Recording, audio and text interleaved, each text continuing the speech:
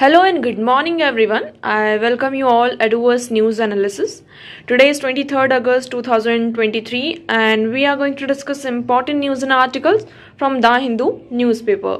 So let's see what important news we got today to discuss. So before starting the video, for PDF join Telegram channel Eduverse News Analysis.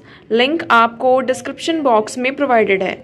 Make sure video को last तक देखें so that सारी important news आपकी यहाँ पर cover हो.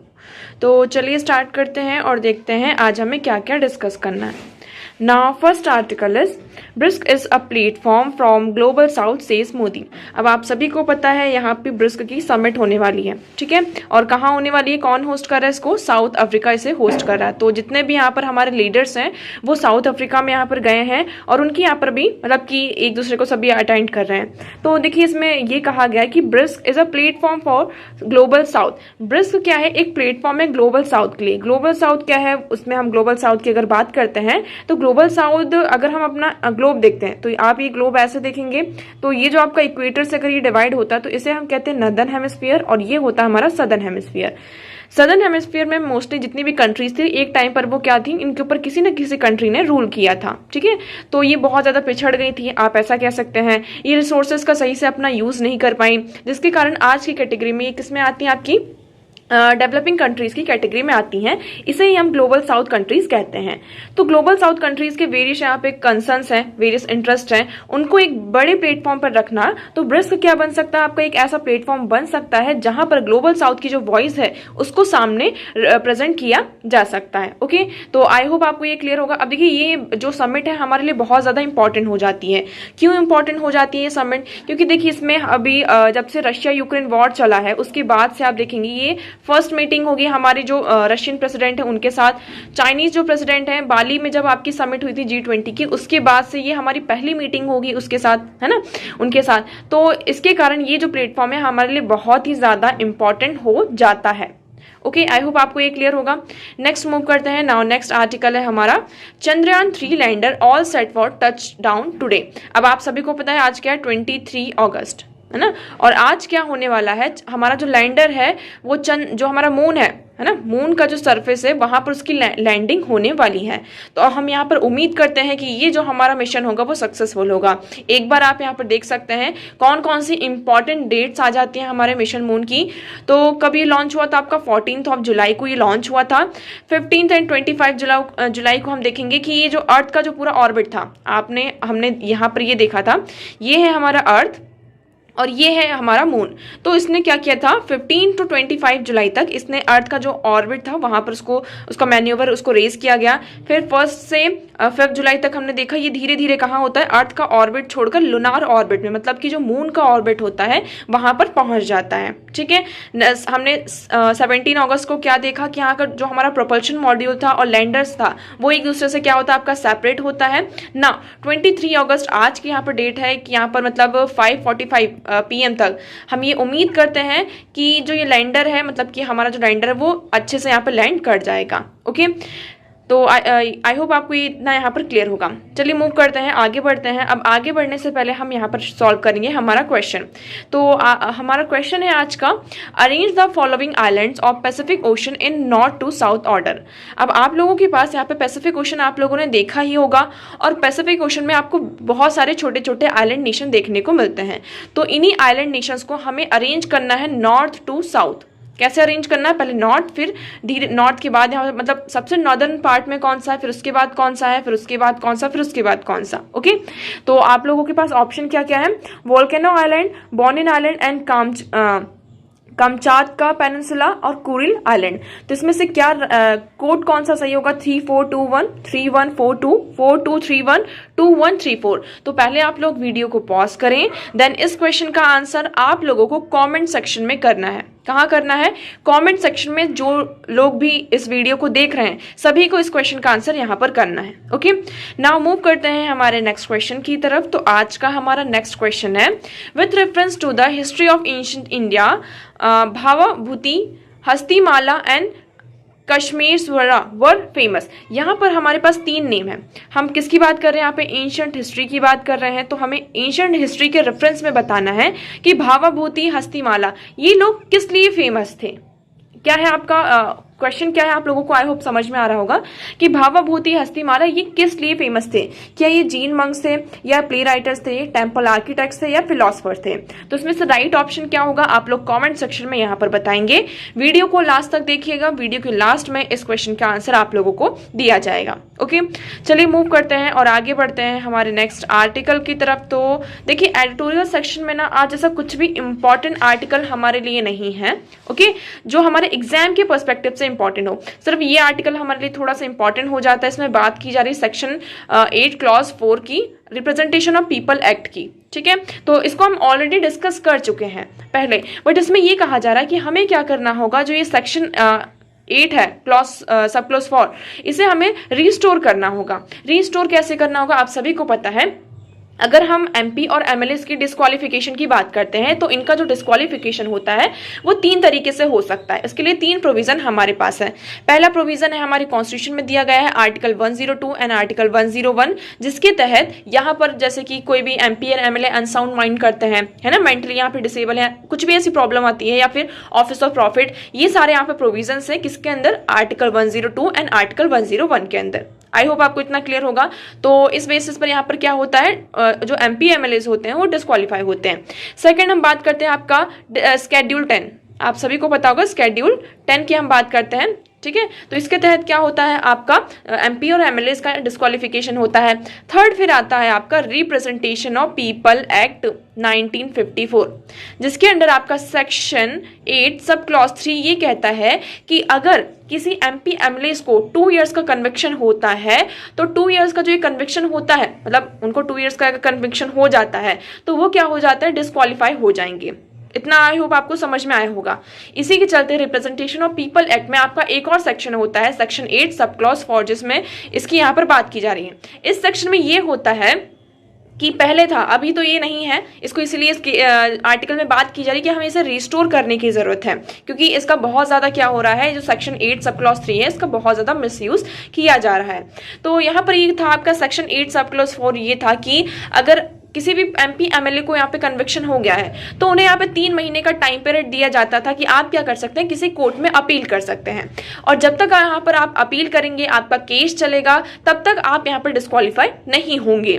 I hope आपको ये क्या था आपको समझ में आया होगा। ओके, नाउ फिर क्या होता है, सुप्रीम कोर्ट के पास यहाँ पे पिटिशन जाती है कि जो एमपीज एमएलए हैं इस तरीके से वो क्या करते जा रहे हैं, अपील करते जा रहे हैं, और एमपी एमएलए यहाँ पे डिस्क्वालीफाई हो ही नहीं रहे हैं, है ना, मतलब वो यहाँ पे क्राइम कर रहे हैं, उन पर कन्विक्शन लग रहे हैं, बट ये जो सेक्शन 8 सब क्लॉज 4 है इसके तहत यहाँ पर जो एमपी एमएलए हैं वो डिस्क्वालीफाई नहीं हो रहे हैं। तो 2013 में आपका एक फेमस केस आता है जिसे हम कहते हैं lily Thomas case versus union of India. आप लोगों को ये केस याद रखना है, ठीक है। कौन सा केस है आपका, lily Thomas versus union of India, जिसमें जो सेक्शन 8 सब क्लॉज 4 है इसको स्ट्रक डाउन कर दिया जाता है। ठीक है, आई होप आपको क्लियर होगा। तो आप देखेंगे यहाँ पर The disqualification was instant because of Supreme Court's India's judgment in Lily Thomas versus Union of India 2013. Through this judgment, the court invalidated Section 8 sub clause 4 of the representation of people act 1951, sorry ये 1954 मैंने बोल दिया था, वो 1951 है, which had allowed the 3 months period within which to appeal. तो यहाँ पर जो 3 month का टाइम पीरियड दिया जाता था अपील का, उसको क्या कर दिया आपका यहाँ पे स्टक डाउन कर दिया। ओके, आई होप आपको यहाँ पे क्लियर होगा। बट अगर हम इस आर्टिकल में ये कहा जा रहा है कि हम सेक्शन 3 को अगर पढ़ते हैं, है ना, हम यहाँ पर अगर सेक्शन 3 को अच्छे से पढ़ते हैं तो इसमें आपको एक चीज समझ में आएगी। क्या चीज समझ में आएगी, आप इसमें देखेंगे, so now only section 8 sub clause 3 remains in the act which deals with the disqualification of a person convicted and sentence to 2 years of imprisonment. ठीक है, अब ये सेक्शन में क्या लिखा गया है पहले ये पढ़ना होगा हमें। सेक्शन में ये लिखा गया है कि this section simply says that the person who is convicted of an offence and sentence to imprisonment for not less than 2 years shall be disqualified from the date of conviction. इसमें ये कहा जा रहा है कि अगर किसी पर्सन ने कोई ऑफेंस कन्विक्ट किया है, मतलब उसने कोई क्राइम किया है, ऑफेंस किया है, और उसको 2 साल की यहाँ पर सजा हो जाती है, ठीक है, 2 साल किसको सजा हो गई, तो वो पर्सन जब से उसका डेट ऑफ कन्विक्शन होगा, मतलब जब से वो कन्विक्ट होगा, है ना, तब से वो क्या हो जाएगा, डिस्क्वालीफाई हो जाएगा। इसमें ये नहीं कहा है कि it does not says that such a person stand disqualified from the date of conviction. यहाँ पर मतलब ये कहा है कि वो पर्सन यहाँ पर डिस्क्वालीफाई हो जाएगा जब से उसको मतलब कि सजा सुना दी गई कि हाँ आज से आपको 2 साल की सजा दी जाती है, तो उस दिन से वो डिस्क्वालीफाई हो जाएगा। हमने ये नहीं कहा कि हाँ वो डिस्क्वालीफाई हो गया ऑटोमेटिकली, ये इसमें चीज समझने के लिए। तो इसलिए इन्होंने कहा कि हमें क्या करना होगा, जो सेक्शन 8 है आपका, मतलब कि सेक्शन 8 सब क्लॉज 4 है, उसे हमें क्या करना होगा, आपको रिस्टोर करना होगा। फिर हम बात करते हैं, हमारे पास और भी प्रोविजंस है, जैसे कि हम आर्टिकल 102 की बात करते हैं। तो इसमें आप देखेंगे supreme court struck down the section 8 sub clause 4 on the ground that parliament has no power to provide a special dispensation for convicted legislator because article 102 sub clause 1 does not permit such differentiate between them and the candidate. यहां पर supreme court ने इस article को क्या किया, struck down किया। क्यों किया, इसका रीजन ये दिया जाता है कि जो आपका आर्टिकल 102 सब क्लॉज 1 है, इसमें कोई भी परमिट नहीं करता है किसके बीच में कि डिफरेंशिएट करें, किसके बीच में, कैंडिडेट्स के बीच में और जो भी हमारे पार्लियामेंट के मेंबर्स हैं, एमपीज हैं, उनके बीच में। इसलिए हमें यहाँ पर क्या करना पड़ा, जो आपका सेक्शन 8 सब क्लॉज 4 है उसे स्ट्रक डाउन करना पड़ा। ठीक है, तो इसमें अब देखिए ये कहा जा रहा है कि नो क्वालिटेटिव चेंज, यहाँ पर कोई आपका क्वालिटेटिव चेंज देखने को नहीं मिल रहा। आपका जो ये लिली थॉमस केस आता है, ये केस होता है जिसके तहत आपका जो सेक्शन 8 सब क्लॉज 4 है वो स्ट्रक डाउन इनवैलिडेट होता है, बट इसका कोई भी हमें जो क्वालिटेटिव चेंज है वो देखने को नहीं मिलता है ना। क्योंकि हमने ये क्यों किया था, क्योंकि क्या हो रहे थे, जैसे कि एमपीज एमएलए ने यहाँ पे क्या किया, क्राइम किया, उसके बाद उनको मतलब सजा भी हुई, ऑफेंस हो गया, मतलब 2 इयर्स का उनको कन्विक्शन हो गया। बट वो क्या करते थे, ये सेक्शन 8 सब क्लॉज 4 है, इसका यूज करके वो अपील कर देते थे। अब 3 महीने के अंदर वो उन्होंने क्या कर दिया, अपील कर दी किसी भी अदर कोर्ट में। अब कोर्ट में अपील कर दी तो वो डिस्क्वालीफाई नहीं हो रहे थे। तो इस तरीके से हम क्या देख रहे थे कि जो क्राइम रेट है एमपी एमएलए का वो इंक्रीज हो रहा था। बट जब से ये सेक्शन मतलब कि ये स्ट्रक डाउन हुआ है, इनवैलिडेट हुआ है, फिर भी हमें कोई क्वालिटेटिव चेंज हमारे सिस्टम में दिखाई देता हुआ नजर नहीं आ रहा है। क्या यहाँ पर जो क्रिमिनल प्रोलिबिलिटी है पॉलिटिशियंस की वो कम हो गई है ना। तो मतलब इसमें हमें कुछ भी चेंजेस दिखाई नहीं दे रहा है। इसलिए हमें क्या करना होगा, ये जो सेक्शन 8 सब क्लॉज 4 है उसे रिस्टोर करना होगा, जिससे हम क्या कर सकें, protected constitutionality order to protect the careers of Indian legislator. इससे हम क्या कर सकते हैं, हमारे जो लेजिस्लेटर्स है उनका करियर उसको प्रोटेक्ट किया जा सकता है। ओके, आई होप आपको ये आर्टिकल क्लियर होगा। इसमें देखिए थोड़ा सा आपका पॉलिटिक्स भी इन्वॉल्व है, तो आपको उस पॉलिटिक्स में नहीं जाना है, आपको सिर्फ ये पता होना चाहिए डिस्क्वालिफिकेशन के क्या क्या प्रोविजन होते हैं, व्हाट इज आर्टिकल 102, 102, 101 एंड 103। यहाँ पर स्केड्यूल 10 क्या है आपका, आप लोगों को बताएंगे। यहाँ पर स्केड्यूल 10 यहाँ पे किससे यहाँ पे डिनोट करता है, जिसके थ्रू आपका जो एमपीज एमएलएस हैं उन्हें क्या किया जाता है, डिस्क्वालीफाई किया जाता है। ओके, आई होप आपको ये क्लियर होगा।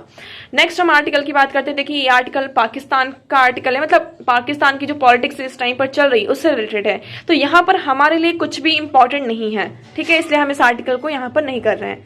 नेक्स्ट आर्टिकल हमारा आ जाता है फेस्टरिंग बोन्स। तो ये आर्टिकल आपका रिलेटेड है किससे, मणिपुर से। अब यहाँ पर ये कहा जा रहा है कि जो मणिपुर की गवर्नमेंट है, वहां की जो गवर्नेंस है वो इनएफेक्टिव हमें दिखाई दे रही है ना। मणिपुर में ये जो कन्फ्लिक्ट चल रहा है, इतना ज्यादा जो कंटिन्यूसली यहाँ पर जो हमें कन्फ्लिक्ट देखने को मिल रहा है, इसके कारण वहां की जो गवर्नेंस है वो हमें इनएफेक्टिव दिखाई दे रही है, इनइफेक्टिव है। ओके, इसका जो मेन रीजन है हमने कल ही डिस्कस किया था। क्या डिस्कस किया था कि हमने ये देखा कि जो वहां के सीएमओ थे, काउंसिल ऑफ जो मिनिस्टर थी, उन्होंने क्या किया, रिकमेंडेशन दी कि हमें क्या करना होगा, सेशन को बुलाना होगा, सेशन को हमें कॉल करना है। अब सेशन को जो कॉल करना होता है वो किसे करना होता है, आपके गवर्नर को करना होता है। गवर्नर को यहाँ पे नोटिफाई करना होता है कि सेशन को आप क्या करिए, बुलाइए, ठीक है। और ये जो नोटिस होता है वो प्राय मतलब 15-20 दिन पहले दिया जाता है, स्पेशली यहाँ पे 15 डेज में मतलब उन्हें देना होता है। क्यों देना होता है, मतलब कि सेशन के स्टार्ट होने से 15 दिन पहले। फॉर एग्जाम्पल मान लीजिए यहाँ पर 30 ऑफ अगस्त को क्या है, सेशन स्टार्ट होने वाला है, तो आपको 15 अगस्त से पहले यहाँ पर क्या करना होगा, ये नोटिफिकेशन इशू करना होगा। क्यों करना होगा, क्योंकि उन्हें बहुत सारी प्रिपरेशन करनी होती है। एमपी मतलब जो मेंबर्स हैं उनको पूरी प्रिपरेशन करनी होगी ना। बट हम यहाँ पर ये देख रहे हैं जो गवर्नर है मणिपुर के, उन्होंने नोटिफिकेशन अब तक इशू ही नहीं किया। क्या किया, नोटिफिकेशन इशू नहीं किया। हमने कल एक आर्टिकल पढ़ा था, अगर आप लोगों को याद हो, आर्टिकल 174। आर्टिकल 174 ये कहता है कि अगर पार्लियामेंट का सेशन हो या फिर आपका स्टेट लेजिस्लेटर का सेशन हो, उसमें साल में कितने बार होना चाहिए, ये 2 बार होना चाहिए, और 2 सेशन के बीच में यहाँ पर 6 मंथ से ज्यादा का गैप नहीं होना चाहिए। बट हम क्या देख रहे हैं, इसी के चलते मणिपुर में यहाँ पे 2 सितंबर को क्या होना चाहिए, आपका सेशन होना चाहिए। बट हमने ये देखा कि गवर्नर ने अभी तक यहाँ पर सेशन को बुलवाया ही नहीं, नोटिफिकेशन ही इशू नहीं किया। अगर ऐसा होता रहा आगे भी, अगर इन्होंने नोटिफिकेशन इशू नहीं किया, तो हमें ये आसार देखने को मिलते हैं कि यहाँ पर क्या लग सकता है, आपका प्रेसिडेंट रूल लग सकता है। अब आप लोग कमेंट सेक्शन में ये बताएंगे प्रेसिडेंट रूल किस आर्टिकल के अंडर यहाँ पर आता है। ओके, तो आई होप आपको ये आर्टिकल क्लियर होगा। अब हम बात करते हैं हमारे नेक्स्ट आर्टिकल की तरफ। तो देखिए, ये पूरा आज का जो न्यूज़पेपर है ना, वो चंद्रयान 3 से हमारा भरा हुआ है। तो हम यहाँ पर उम्मीद करते हैं कल भी आपका जो पूरा न्यूज़ होगा ना, वो चंद्रयान 3 से रिलेटेड ही आएगा। ठीक है, तो आप लोगों को यहाँ पे क्या क्या चीजें याद करनी है। तो mission life first lunar day 14 day यहाँ पर हम देख रहे हैं। ये जो हमारा रोवर है, रोवर का नाम क्या है यहाँ पे, प्रज्ञान। आपको ये जो नेम है ना, वो भी याद करने की जरूरत है। तो जो हमारा रोवर है उसका नाम क्या, यही रोवर क्या जाएगा आपका मून में, इसकी लैंडिंग होगी मून में, और ये पूरी चीजों को एक्सप्लोर करेगा। वहां पर जो आपका मून का साउथ वाला जो पार्ट है, जहां पर सनलाइट नहीं जाती है, तो उसको एक्सप्लोर करने का काम किसका है, आपका इस रोवर का है। ओके, आई होप आपको ये क्लियर है। नेक्स्ट हम मूव करते हैं हमारे नेक्स्ट आर्टिकल की तरफ। तो understanding the failure of Luna 25, यहाँ पर लूना 25 के बारे में बात की जा रही। लूना 25 क्या था, जैसे कि हमारा इंडिया का इसरो का चंद्रयान 3 मिशन है मून पर जाने का, उसी तरीके से रशिया का ये मिशन था लूना 25। ये आपका कोविड-19 के टाइम से ही चल रहा था, बट कोविड-19 के कारण ये जो मिशन है आपका चंद्रयान 3 भी डिले होता है और लूना 25 भी डिले होता है। ठीक है, अब हमें ये पता है कि जो आपका ये लूना 25 है, तो ये हमें क्या होता है, on 11 August Roscosmos the Russian space agency launch its Luna 25 spacecraft on board on the Soyuz 2 rocket. यहाँ पे सोयूज 2 रॉकेट से 11 अगस्त को रशिया क्या करती है, इसको लॉन्च करती है। ठीक है, ये आपका जो हमारा मिशन है, मतलब लूना 25, और इसका जो मतलब लैंडिंग होनी थी वो कब होनी थी, 23 अगस्त, आज के दिन ही होने वाली थी चंद्रयान 3 के साथ ही। बट ये मिशन क्या होता है आपका, फेल हो जाता है। क्यों फेल हो जाता है, इससे कुछ अलग रीजन से इन्होंने मतलब कि अभी इन्वेस्टिगेशन हो रही है, जो मतलब साइंटिस्ट हैं उन्होंने कहा अभी इन्वेस्टिगेशन हो रही है, हम जो मेन ग्लिच है उसको फाइंड आउट करने की कोशिश कर रहे हैं। बट यहाँ पर इसका जो मेन फेलियर का रीजन ये बताया जा रहा है कि कुछ टेक्निकल यहाँ पर इश्यूज हुए हैं, जिसके कारण हमने लूना 25 से हमारा जो कांटेक्ट है उसको हमने लॉस कर दिया, और ये जो हमारा मिशन है वो क्या हो गया है, फेल हो गया है। अगर हम बात करें कि हमने तो मतलब देखेंगे, हमने तो जुलाई में ही लॉन्च कर दिया, 14 जुलाई को हमने चंद्रयान 3 मिशन को लॉन्च किया, और 23 अगस्त आ गया है। इतना लेट क्यों लग रहा है हमें। और लूना 25 आपका 11 अगस्त को क्या हुआ था, लॉन्च हुआ था, और 23 अगस्त को इसकी लैंडिंग थी। तो इसका मेन रीजन क्या था, हमने यहाँ पर देखा था कि इनका जो ट्रेजेक्ट्री है उसमें थोड़ा सा डिफरेंस है। हम चंद्रयान 3 की बात करते हैं, तो पहले हमारा जो चंद्रयान 3 है उसने क्या किया, अर्थ के जितने ऑर्बिट्स हैं उसको यहाँ पे कंप्लीट किया। उसके बाद अर्थ का ऑर्बिट छोड़कर वो कहाँ गया, मून का जो लूनार ऑर्बिट है ना, उसको यहाँ पर कंप्लीट किया। तो ये हमारा स्लोली थोड़ा चला। इसके चलते अगर हम इसकी बात करते हैं लूना 25 की, तो लूना 25 ने यहाँ पर डायरेक्टली, जैसे कि ये अर्थ है आपका, तो इसका यहाँ पर ये कंप्लीट करके डायरेक्टली वो लूनार ऑर्बिट में यहाँ पर आया। अब लैंडिंग होने ही वाली थी, उससे पहले यहाँ पर जो कांटेक्ट होता है वो यहाँ पे लॉस हो जाता है, और ये जो आपका मिशन है वो वहाँ पर फेल हो जाता है। ओके, आई होप आपको यहाँ पे क्लियर होगा। तो अभी यहाँ पर ये कहा जा रहा है, आप देखेंगे इसी कुछ रीजन भी बताते हैं। ये रीजन यहाँ पे पूरी बताई जा रही है कि we would put together a committee to investigate the precise mode of failure of Luna 25। अब अगर हम बात करते हैं 1976 के बाद से ये रशिया का पहला मिशन था। इससे पहले सोवियत यूनियन मून पे जा चुका है। यहाँ पर आपको ये समझने की जरूरत है, सोवियत यूनियन मून पे गया है, ना कि रशिया। तो यहाँ पर रशिया का ये पहला मिशन था 1976 के बाद से। ठीक है, तो यहाँ पर हमें ये रशिया ये इंश्योर करना चाहता था, एक तरीके से उसके लिए गारंटीड था कि वो भी क्या कर सकता है, जो मून का सरफेस है उसको एक्सेस कर सकता है। इसके चलते यहाँ पे रशिया और चाइना भी एक साथ आए थे, जिसमें इंटरनेशनल लूनार रिसर्च स्टेशन भी उन्होंने क्या किया, मतलब कि स्टैब्लिश किया एक तरीके से, किसके अगेंस्ट में, versus US less Artemis accord के अगेंस्ट। अब हमें यहाँ पर ये कहा जा रहा है कि क्या ये इसरो और जो आपका चंद्रयान 3 है और लूना 25 ये एक तरीके से रेस हो रही है। तो हम ये रेस नहीं कह सकते कि हम एक दूसरे को पीछे छोड़ने की उसमें नहीं है। क्योंकि हम ये देखेंगे कि however these mission parameters are determined by the launch vehicle, the mass of the spacecraft and earth moon trajectory and the availability of sunlight at a point on the moon.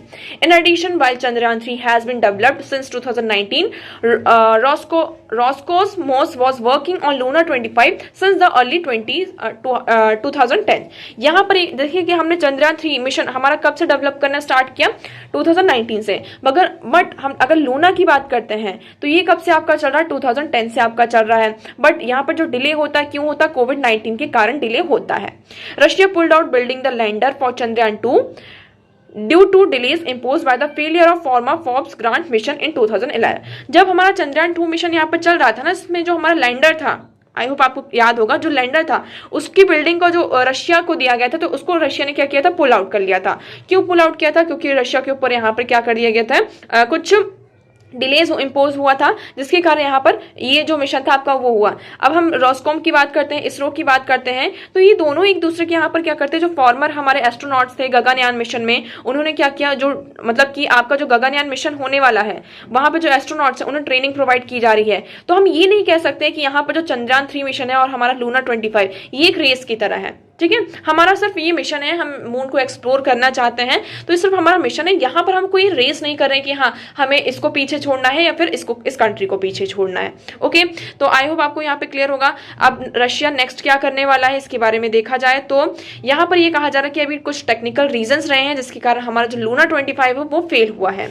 अब हम यहाँ पर फिर से आने वाले टाइम पर हम देखेंगे Russia had joint hand with NASA to build a new near moon space station.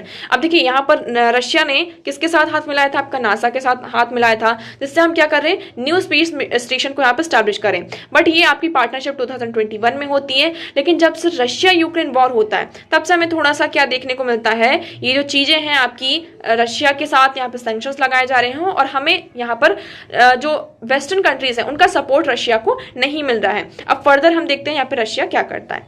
Now next हम मूव करते हैं, नेक्स्ट आर्टिकल है हमारा on protecting the biodiversity of the north east.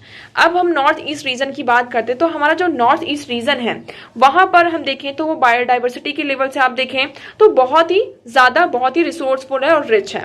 उसे हमें क्या करना होगा, और वो जो आपका नॉर्थ ईस्ट रीजन है वो इकोनॉमिकली फ्रेजाइल है, बायोलॉजिकली रिच रीजन है आपका। ठीक है, और वहां पे हाईली प्रोन आपका क्लाइमेटिक चेंजेस भी आपको देखने को मिलते हैं, क्योंकि वहां पर आप देखेंगे जो हमारा नॉर्थ ईस्ट वाला पार्ट है, इस साइड वाला जो आप इस मैप में देखें आपको क्लियर होगा, ये वाला जो हमारा रीजन है ये यहाँ पर आपके बहुत ज्यादा क्लाइमेट चेंज होते हैं। क्यों होते हैं, क्लाइमेट प्रोन एरिया क्यों है ये, क्योंकि यहाँ पे बहुत सारी रिवर्स आपकी जाती हैं, जिसके कारण क्या होता है, जैसे कि बहुत ज्यादा बारिश हो गई तो बाढ़ आ जाती, फ्लड आ जाता है। ठीक है, लैंडस्लाइड हो जाती है। यहाँ पे आपके हिमालयाज भी हैं, तो ये जो रीजन है वो कैसा है आपका क्लाइमेट प्रोन भी है, बट यहाँ पे बायोडाइवर्सिटी रिच भी है। ठीक है, तो इसमें ये कहा जा रहा है कि हम अभी क्या कर रहे हैं, हमें इसे क्या करने की जरूरत है, प्रोटेक्ट करने की जरूरत है।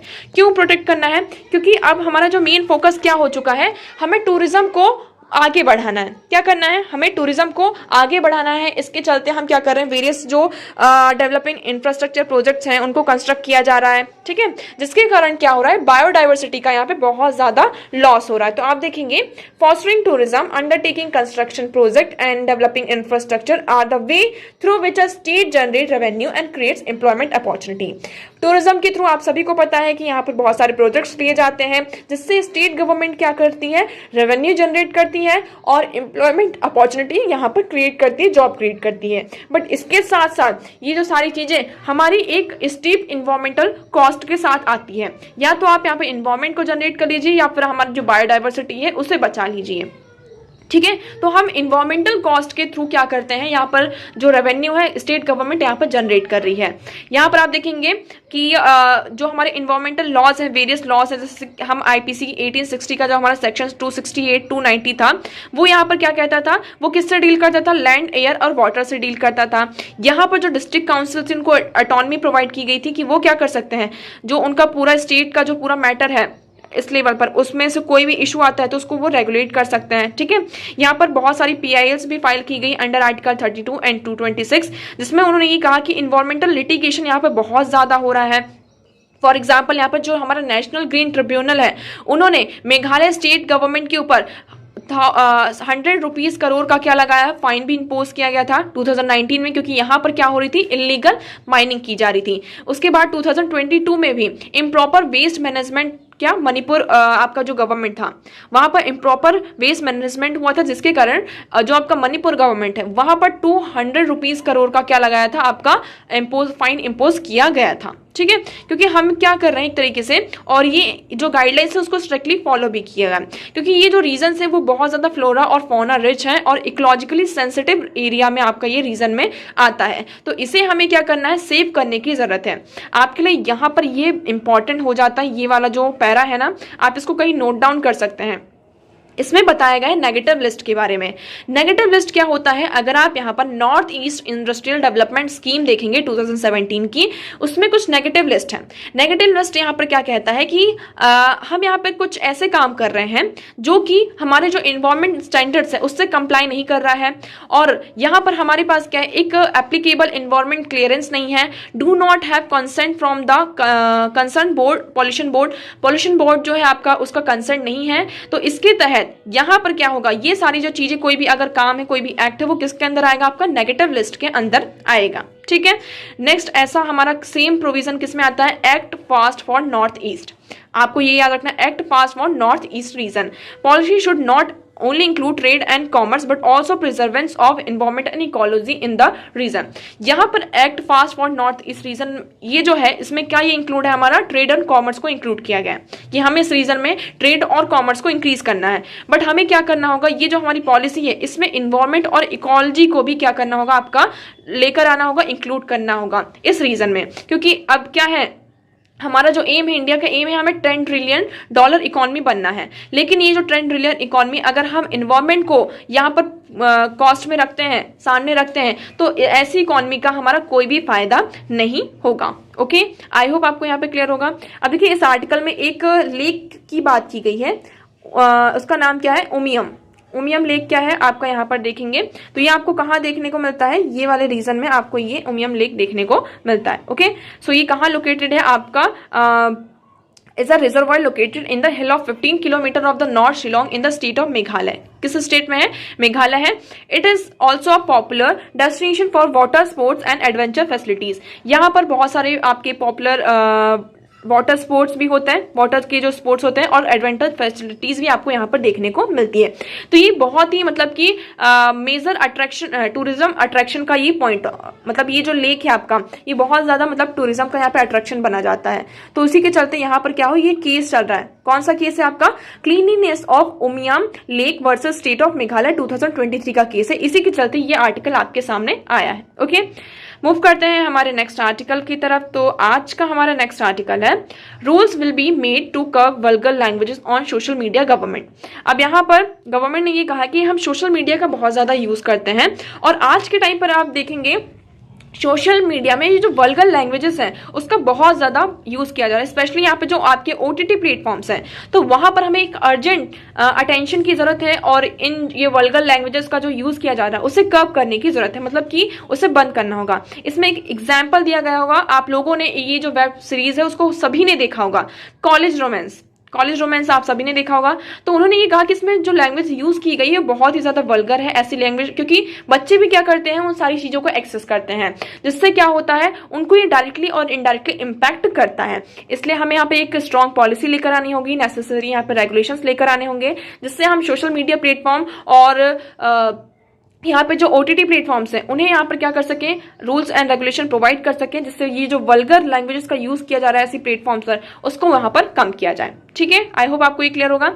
नेक्स्ट हम मूव करते हैं, हमारा नेक्स्ट आर्टिकल है, centre to buy 521 lakh tonne of rice this kharif season.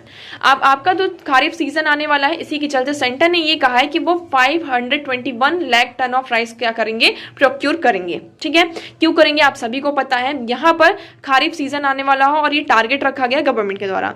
इसमें उन्होंने कहा है कि हम यहाँ पर ये जो राइस होगा उसे फोर्टिफाई करके और इसको डिस्ट्रीब्यूट करेंगे। फोर्टिफिकेशन का मतलब क्या होता है, आप लोगों को ये पता होना चाहिए। फोर्टिफिकेशन का मतलब होता है राइस के ऊपर यहाँ पर जो अदर मिनरल्स और जो आपके मिनरल्स और चीजें हैं उनको, उसका फोर्टिफिकेशन क्या होगा, उसके ऊपर मतलब उसकी कवरिंग की जाएगी, जैसे कि आपका आयरन हो गया, ठीक है। तो यहाँ पर जो आपका 160 ग्राम ऑफ फोर्टिफाइड किया जाएगा rice per day 7 mg of iron से। इससे क्या होगा, जब हम फोर्टिफाइड फूड को यहाँ पर डिस्ट्रीब्यूट करेंगे तो जो एनीमिक पेशेंट्स हैं आपके, है ना, तो एनीमिया क्यों होता है आप सभी को पता है, सिकल एनीमिया जो आपका होता है, सिकल सेल एनीमिया, वो जब हमारे ब्लड में आयरन की कमी होती है ना, डेफिशिएंसी ऑफ आयरन होती है, जिसके कारण हमें एनीमिया होती है। एनीमिया मतलब खून की कमी होना। तो इसको पूरा करने के लिए यहाँ पे फोर्टिफिकेशन की बात की जा रही है कि यहाँ पर हम क्या करेंगे, फोर्टिफाइड राइस को यहाँ पे कवर किया जाएगा पब्लिक डिस्ट्रीब्यूशन सिस्टम के थ्रू। मतलब राइस को फोर्टिफाई किया जाएगा, उसमें आयरन की कोटिंग की जाएगी, उसके बाद फिर उसे पब्लिक, हमारा जो पीडीएस सिस्टम है, पीडीएस सिस्टम जिसके पब्लिक डिस्ट्रीब्यूशन सिस्टम, उसके थ्रू यहाँ पर फूड का डिस्ट्रीब्यूशन होगा। ओके, आई होप आपको यहाँ पर ये आर्टिकल क्लियर होगा। तो देखिए आज ऐसा कुछ भी इंपॉर्टेंट हमारे लिए नहीं था, आप आगे भी यहाँ पर देखेंगे तो कुछ भी ऐसे इंपॉर्टेंट आर्टिकल आपके लिए निकल कर नहीं आते हैं। जितने भी इंपॉर्टेंट आर्टिकल्स थे हमने उसे डिस्कस किया। अब हम बढ़ते हैं हमारे क्वेश्चन की तरफ। तो आज का हमारा क्वेश्चन था, with reference to the history of ancient India Bhavabhuti Hastimalla. हमें ये बताना है एंशिएंट हिस्ट्री को अगर हम देखते हैं तो भावाभूति हस्तिमाला ये किस लिए फेमस थे। तो देखिए इसमें हमारा राइट ऑप्शन होता है प्ले राइटर्स। ये सब लोग कौन थे, आपका प्ले राइटर्स थे, आप यहाँ पर देख सकते हैं। Okay, Bhavabhuti was an 8th century scholar of India noted for his play and poetry. ये क्यों फेमस थे, इनकी प्लेस और पोट्री के कारण। ये संस्कृत में लिखा करते थे। ठीक है, हस्तिमाला के बारे में बात करते हैं। 13th century कन्नडा पोइट थे ये। कौन सा, Kannada poet and play writer थे होशियाल एम्पायर में। कहा, होशियाल एम्पायर में। इन्होंने क्या लिखा था, पूर्वा पुराना, उन्होंने क्या लिखा था, पूरा लिखा था। ठीक है, फिर हम बात करते हैं काशी मेश्वरा के बारे में। तो ये 11th century संस्कृत पोइट थे फ्रॉम कश्मीर इन इंडिया। कहाँ से थे ये, आपके कश्मीर से थे। ओके, तो ये सब लोग कौन थे आपके एंशिएंट हिस्ट्री के, अगर हम रेफरेंस में देखें तो ये आपके प्ले राइटर्स थे। तो आपका ऑप्शन बी यहाँ पर क्या हो जाता है, करेक्ट हो जाता है। Okay, so that's for all today. I hope आपको सारी चीजें यहाँ पर क्लियर होंगी। अगर आपको कोई डाउट लगता है किसी भी चीज से रिलेटेड या कुछ भी, तो आप कमेंट सेक्शन में यहाँ पर बता सकते हैं और अपना सजेशन भी यहाँ पर दे सकते हैं। ओके, वीडियो कैसा लगा कमेंट सेक्शन में जरूर बताइएगा एंड वीडियो को लाइक करना एंड चैनल को सब्सक्राइब करना ना भूलें। So that's for all today. Thank you so much for discussion.